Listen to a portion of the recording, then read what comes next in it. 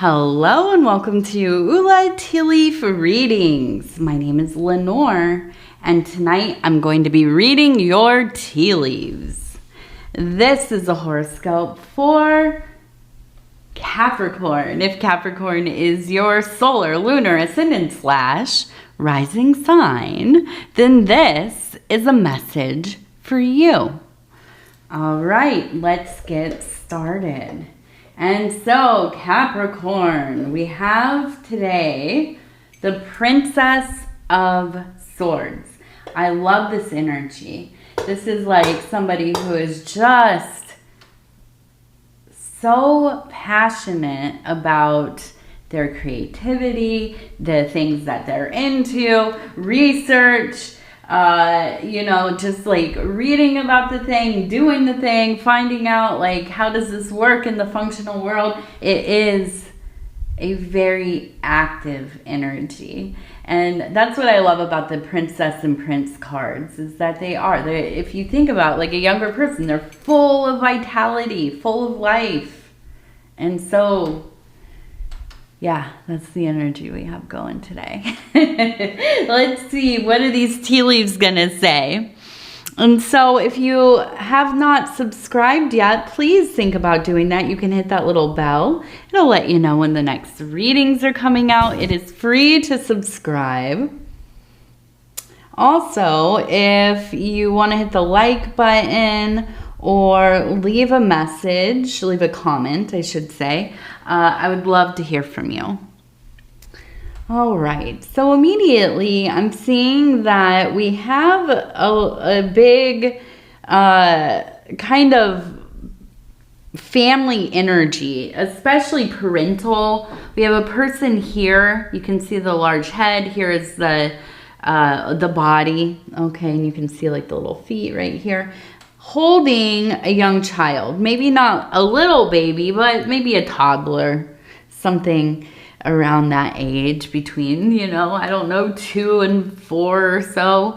And another person over here kind of smiling and watching as all this kind of takes place. Now, if we pull this out and kind of bring it to this side, we also have a cow. You can see the ear. Here is also an ear. These are the eyes right here. And here is the nose right in here, kind of gazing off this way. So the cow represents the mother goddess. Okay, this is very in line with Hathor, Hera, and other middle goddesses, mother goddesses. And so I feel like this really is kind of a story here about family, right? About a happy family, about times that seem to be going pretty well. Maybe your childhood, maybe this was you raising your child. But it does feel like there was kind of that 2 parents, kids, or a kid at least, a togetherness, right? A togetherness. And this may have been like the whole childhood. This could have been like a brief little snapshot. But whatever it is or it was, it really represents, I think, just looking at this, maybe some of the happiest times in your life. And I feel you in this, in these months leading up to all of these holidays that are coming up. Now, I don't know where you're at or, what you celebrate, what you believe in or partake in. But I do know that there are a lot of different reasons to be celebrating, right? If you're in the northern hemisphere, the southern hemisphere, if it's getting warmer or colder, there are reasons, and so I can understand why you might be reminiscing, a little nostalgic, kind of, I imagine sitting at the kitchen table, drinking a cup of tea or coffee, and just kind of, you know, your gaze is just in that middle place. There are visions and remembrances kind of dancing through your mind, and you know, wishing that you could be there once again, once more, even just for a moment. And that's very understandable. I think we all have these times. But I do feel that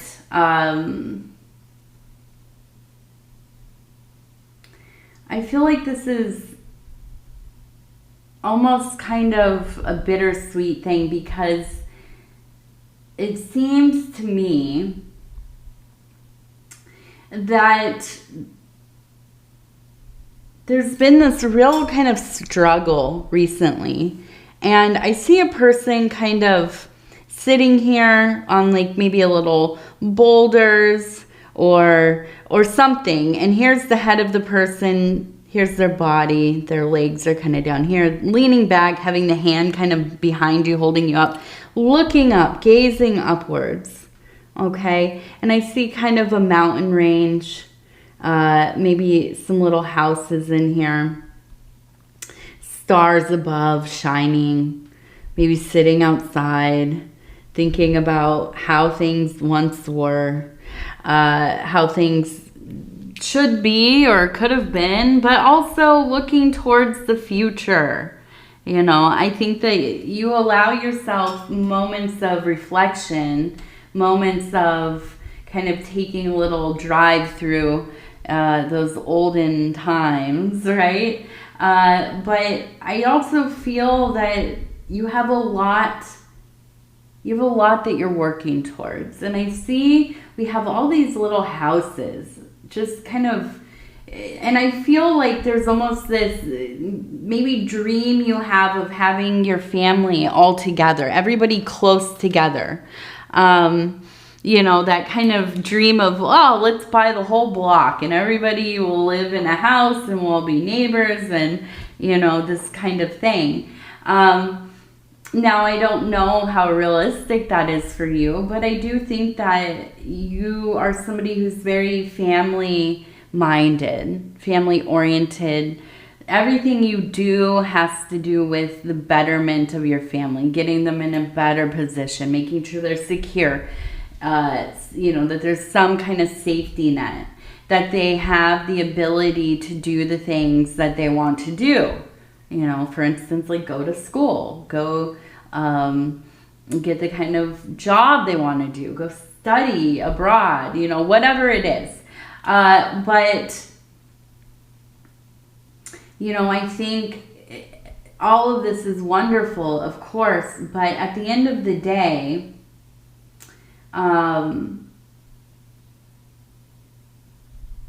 I feel like this is kind of a reminder from the universe, you know, that you spend a lot of time thinking about other people, a lot of time considering other people's wants, needs, their, what's the word?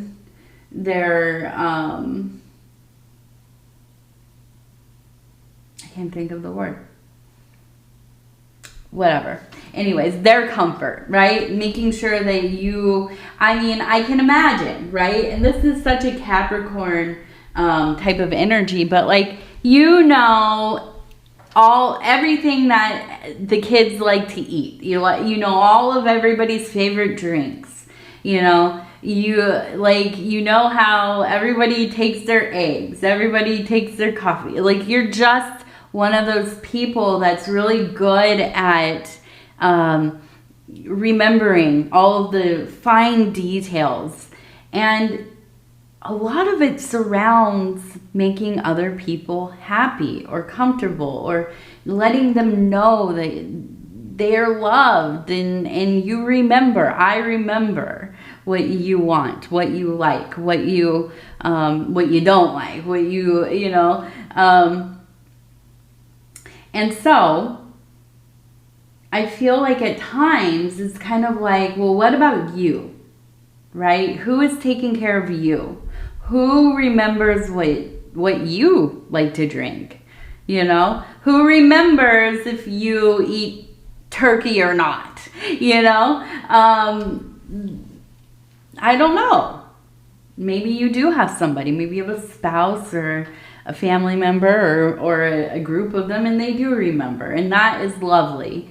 But I think for the majority of us, you know, we end up being the ones that take note of everybody's, I keep thinking proclivities. It's not proclivities. That is not the right word, Lenor. Preferences. There we go. They're preferences. So anyways, I also see that we have the evergreen tree. We have two people walking hand in hand. We have a person riding a horse and jumping through a hoop, really, right here. So this really speaks to your consistency. The green, the evergreen trees, the pine trees, the evergreens, all of these. These are trees that stay green both through all the seasons, right? When it's cold, when it's warm, they stay green. So really a symbol of consistency, of longevity, of, you know, really kind of being very solid. And that's what I think. Fortified, solid. Now, we also have the two people walking hand in hand. So I wonder if this is a relationship. I wonder if this is either one that you have had, right? Maybe you've been together forever. Or this might be something that's developing, okay? And I feel like this is somebody who you were friends with first, and you've built such a strong bond before you start dating. Or, you know, maybe you just skipped it. You're like me. I'm like, hey, I like you. We're married. You know? No. That's how I got my last husband and this one, basically. I like you. You're mine. No, it wasn't that easy. My husband now, my first husband passed away when we were young, unfortunately. You know, and, but my husband now, my most lovely husband, Paul, over at Dove and Serpentera, who you all know probably, he's pretty fantastic. We dated for like a few years. And then as soon as we moved in, it was like fully we're married, you know? And yeah, that was pretty, it's been good. I feel like I feel like I'm always gloating a little bit, but it's only because, and I'm not really gloating, I'm actually really surprised, because although I am really a romantic, I just didn't think that you could have such a good relationship, let alone marriage. Like, you could be like best friends and want to do everything together. I thought that was just like maybe a dream or in a book or, you know, whatever. So it is possible, most definitely. But I feel like for you, this is your love story, not unlike my own, you know? I feel like here's the thing. Let me just ramble a little bit more. I feel like a lot of people, they give up.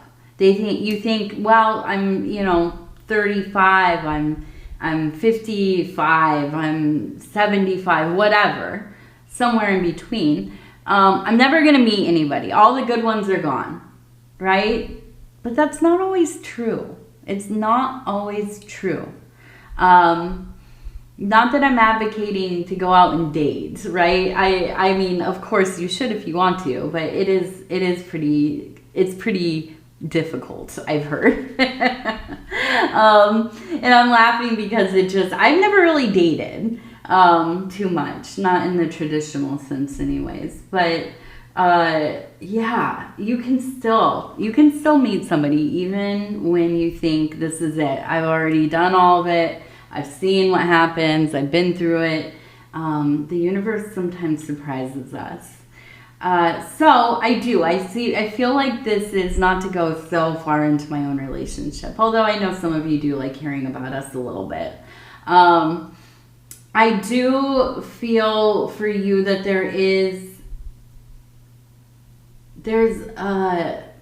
I see this relationship lasting for the rest of your life, and I'm just gonna say it. That's what I see. I feel like this is going to be your person, your companion for the rest of your days. And we also have the number 39. 39, okay? Now, we have the person riding the horse. So there is going to be some movement, okay? Something changing. You will decide. This is with intention. I don't know if you're like moving houses, moving to a new town, maybe changing your job.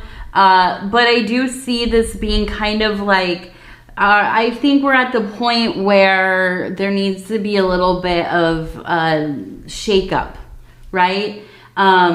Changing the routine a little bit, changing the schedule a little bit, allowing for yourself to have a little novelty in your life. And I think that's the real thing that needs to kind of be accomplished here, is finding something that feels a little bit new, exciting, to light kind of a fire beneath you, right? To get you going. And I think that this is going to be it. Definitely. And it has something to do with, like, again, moving. But listen, we have that hoop as well. So I know that there's going to be some hoops to jump through, okay? It's not all going to be easy. It's not going to be smooth the whole time. It might be a little bit of an ordeal, but I think at the end of the day, it's going to be exactly what you need it to be, okay? This is the change that you've been asking for, praying for. Okay, now let's look over here. Now we have a person sitting and watching television. We also have a wrench. So I'm guessing that this has to do with somebody who works. Maybe I'm gonna guess with cars. Now the wrench doesn't have to be just with cars, right? But I feel like that's the energy. Maybe somebody who did this for work. They were, maybe working in garages, working on cars, trucks, whatever. But also at home. I think this is like a big thing at home. Like the whole, their whole lifestyle kind of revolved around maybe building cars or doing like body work or building interesting cars, racing, or whatever it was. And I feel like you probably were around this. I don't know that this is like your dad necessarily, but it feels like somebody that you did spend time with. So maybe like a grandfather, an uncle, maybe auntie or grandmother, or whoever it was. And I say this, I need to qualify that it could be a woman. My own grandmother on my father's side was a mechanic. And so, yeah, it's not just grandpas, right? My grandma worked on airplanes too, actually. She's a mechanic for I think for the Army or Air Force, I think. I know she worked at an Air Force base, but way before I was born.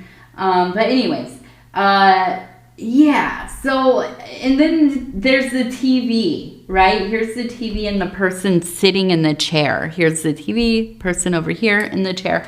So I almost kind of feel like you spent time not only around the car stuff, the mechanic stuff, but you also would like kind of hang out and watch television together. And I almost feel like you like would spend your days watching like these old black and white shows and and you know, just hanging out with your family members, and maybe it was like during the summer while your parents were working, or you know, whatever it was.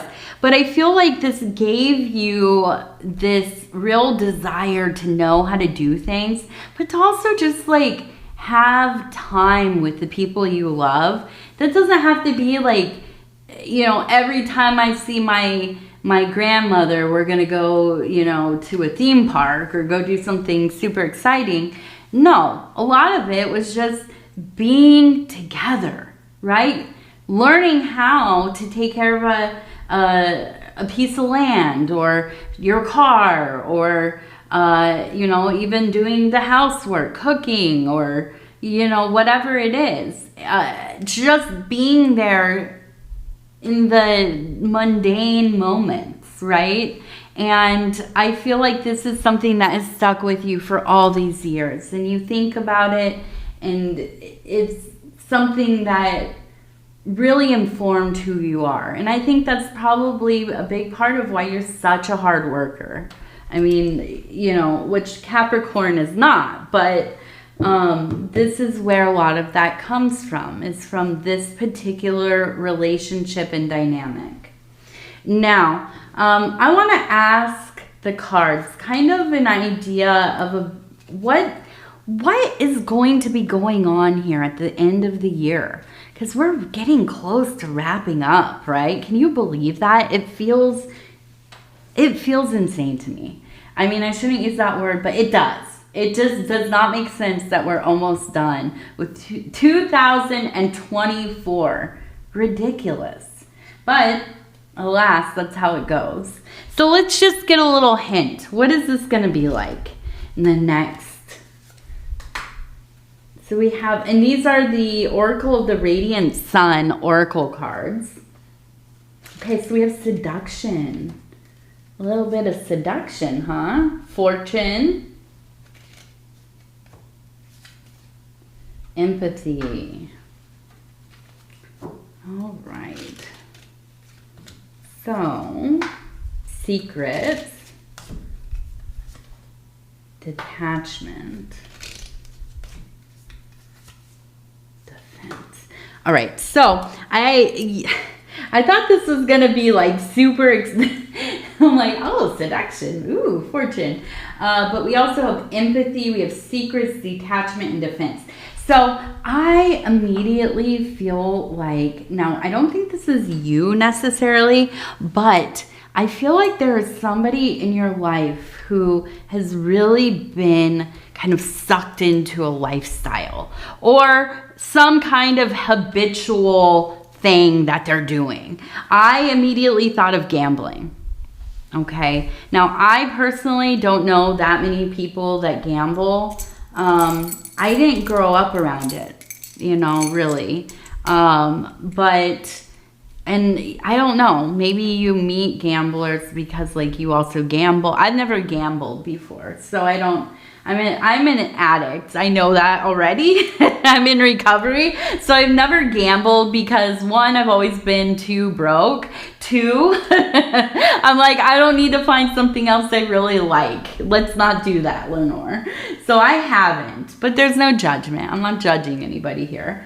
I just know myself a little too well. And so I do feel though like it is. It's like a seduction. There's the fortune. It comes, it goes, you know.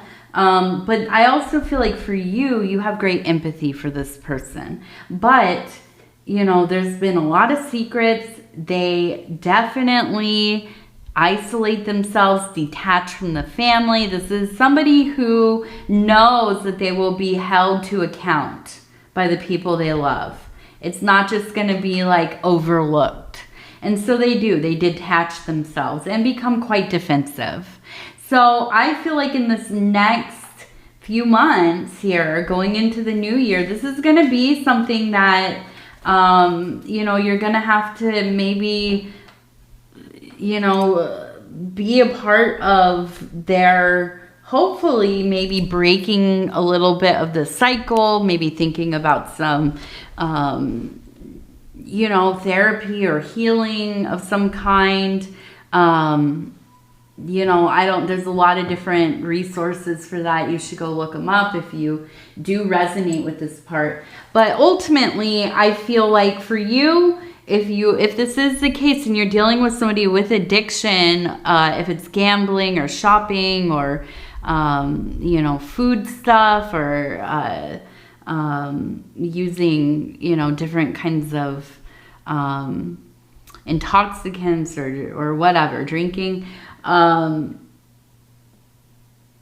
you know, it's important as a friend or family member, or spouse or child or parent of, whatever it is, finding support. Because, and I know this as an addict, we're really good at manipulating. We're really good at, you know, finding that one little like crack in the door to kind of really try to get through and get somebody on our side to see things like from our point of view, you know, and especially if you're a very empathetic person or empathic, that can be really difficult to say no to. But then we verge on being kind of an enabler.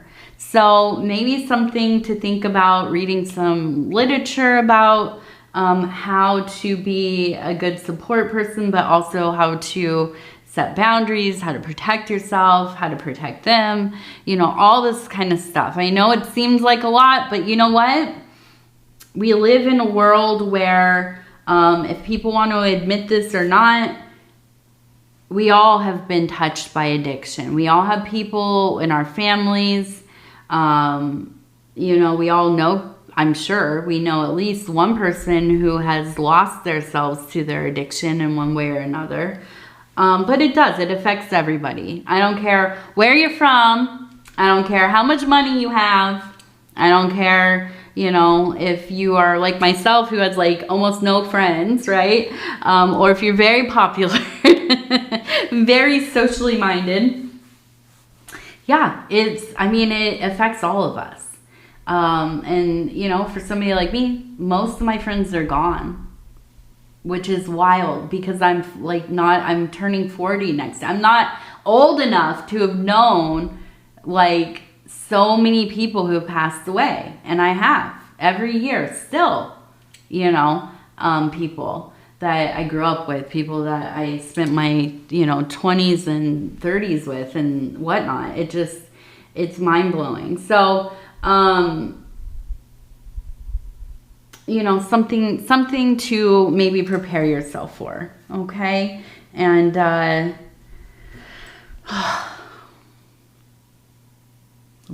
What else do we have here today? What else? I was just outside. Oh, it is so cold today. It feels so good. It feels so fresh. Oh, I love it. I'm thinking about, I was out there looking at the water. I was watching the geese fly by. I'm like, man, it's beautiful. I could hear people hunting way off in the distance. It just was just a perfect day. All right, let's do our 3 lucky numbers. We have number 41, a big 4-1, 41. Number 80, 41, 80. And what's the last one? Ooh. 11. All right, now we're going to end the reading with our Mary Magdalene Oracle cards. And I'm just going to flip through. I'm going to stop where it feels right. Okay, it says golden light. Healing comes from within. Healing comes from within. All right, beautiful. I love these. Let me just show you this again. These images are so gorgeous. I love collage. I've always loved it. When I was in college, I was I'm not going to bore you with what I was going for, but it was kind of a silly major, but I got to do a lot of art stuff, so that was good. But I was in a class where it was like kind of some figure drawing and stuff, but then we also had to work on composition, and every assignment I did a collage. And I just like, I don't know, I love cut up, I love collage. I grew up in that era of zines being really big. If you know what those are, it's like handmade magazines, and then they photocopy them and stuff. They still have them. If you're into it, you know, kind of like outsider music scenes or whatever, there's still a lot of zines floating around. But this was back in the day when that was really our only way of kind of making fan art and stuff. So, but anyways, yes, collage is beautiful. I love these cards. They're gorgeous. So anyways, Capricorn, I love you. If you have not subscribed yet, think about doing that. Also, if you want to like the video or leave a comment, I absolutely love hearing from each and every one of you. I read all of the comments. And other than that, I want to tell you again, I love you, I love you, I love you. We'll talk in a few days. Good night. All right.